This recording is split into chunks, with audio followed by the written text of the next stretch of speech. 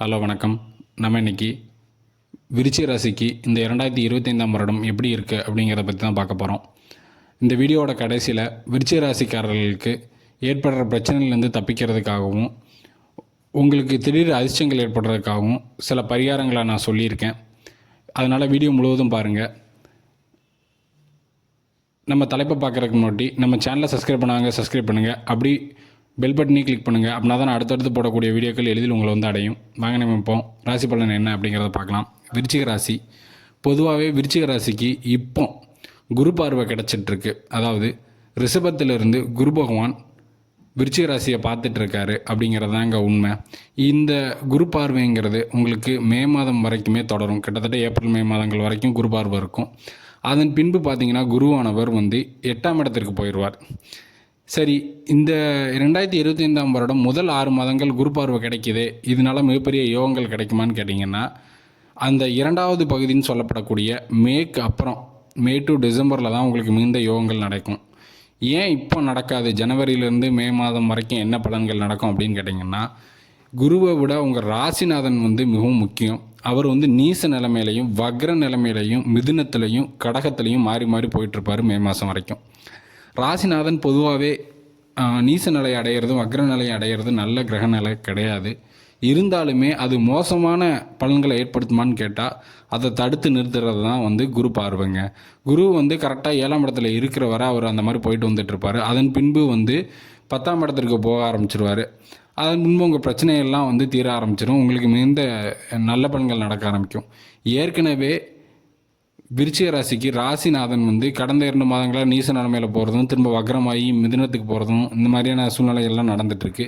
அதன் மாதிரி புதன் பகவான் வந்து உங்கள் ராசிக்குள்ளே வந்தது வந்து உங்கள் உடல்நிலையில் கடந்த 1 மாதமாக, அதாவது இந்த நவம்பர் மாதம் வந்து அல்லது அக்டோபர் நவம்பர் மாதங்களில் சிறு சிறு பிரச்சனைகளை ஏற்படுத்தியிருப்பார் 2024ஆம் வருடம்.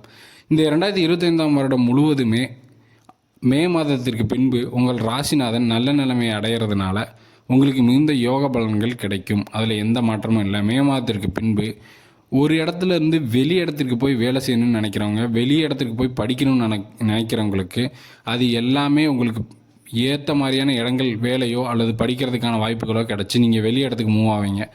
ட்ரை பண்ணிகிட்டு இருக்கவங்க எல்லாத்துக்குமே.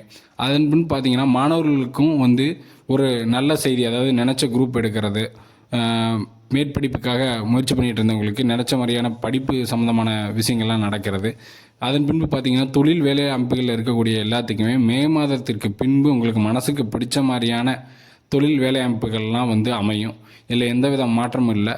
அந்த மே மாதம் வரைக்குமே கெடுபலங்கள் நடக்குமான்னு கேட்டால் கண்டிப்பாக நடக்காதுங்க. ஓரளவுக்கு சிறு சிறு பிரச்சனைகள் தோன்றி அது வந்து உங்கள் பக்கத்தில் வந்து அது அப்படியே விலகி போகும் அப்படிங்கிறது தாங்க உண்மை. இதில் எந்தவித மாற்றமும் இல்லை. இது மாதிரியான பிரச்சனைகள் வராமல் இருக்கணும், எனக்கு வந்து ஓரளவு வந்து பிரச்சனை வராமல் இருக்கணும் அப்படின்னு நினைக்கிறவங்க பக்கத்தில் இருக்கிற பழமையான முருகன் கோவிலுக்கு போங்க. செவ்வாய்க்கிழமை போய் உங்கள் பேரில் காலைல 6 to 7 வந்து அந்த கோயிலில் ஒரு 1/4 மணி நேரம் இருந்து உங்கள் பேருக்கு அர்ச்சனை பண்ணிவிட்டு வாங்க. முடிஞ்சால் சிவப்பு பூக்கள் வாங்கி கொடுத்து, அப்படி இல்லை அப்படின்னா சிவன் கோயிலில் உள்ள நவகிரகத்தில் உள்ள செவ்வாய் பகவானுக்கு சிகப்பு நிற மலர்களை வந்து செவ்வாய்க்கிழமை காலையில் 6 to 7 டயத்தில் வந்து சாத்தி வழிபட்டுவாங்க. உங்களால் 6 to 7 வழிபட முடியலன்னா மற்ற டயத்துலையும் போய் வழிபடலாம். ஆனால் 6 to 7ங்கிறது செவ்வாய்க்கிழமை செவ்வாய் ஹோரை அந்த டயத்தில் வழிபட்டால் உங்களுக்கான முழு பலன்கள் கிடைக்கும். நிலம் சம்மந்தமாக வந்து என்னால் லேண்டு பார்த்துட்டு என்னால் முடிக்க முடியல, அது மாதிரியான தடைகள்லாம் ரொம்ப பேத்துக்கு இருக்கும். அது மாதிரி இருந்தாலும் இந்த பரிகாரங்களை செஞ்சீங்கன்னா செவ்வாய் பவனால் ஏற்படக்கூடிய தடைகள் நீங்கி திருமண தடையோ அல்லது இப்போ நான் சொல்கிற பரிகாரத்தை திருமண தடைக்கும் பண்ணலாம். அதன் மாதிரி குழந்தை திருமணம் எல்லாத்தையுமே தடுக்கக்கூடிய அமைப்பு வந்து செவ்வாய் வந்து 8ல் இருந்தால், ராசிக்கு 8லேயோ அல்லது லக்னத்துக்கு 8லேயோ உங்கள் பிரபஞ்சத்தில் இருந்தாலும் இந்த பரிகாரத்தை பண்ணி அதுக்கான பலன்களை நீங்கள் அடையலாம். இது மாதிரியான ஒரு நல்ல தகவலோட அடுத்த வீடியோவில் சந்திப்போம். நன்றி.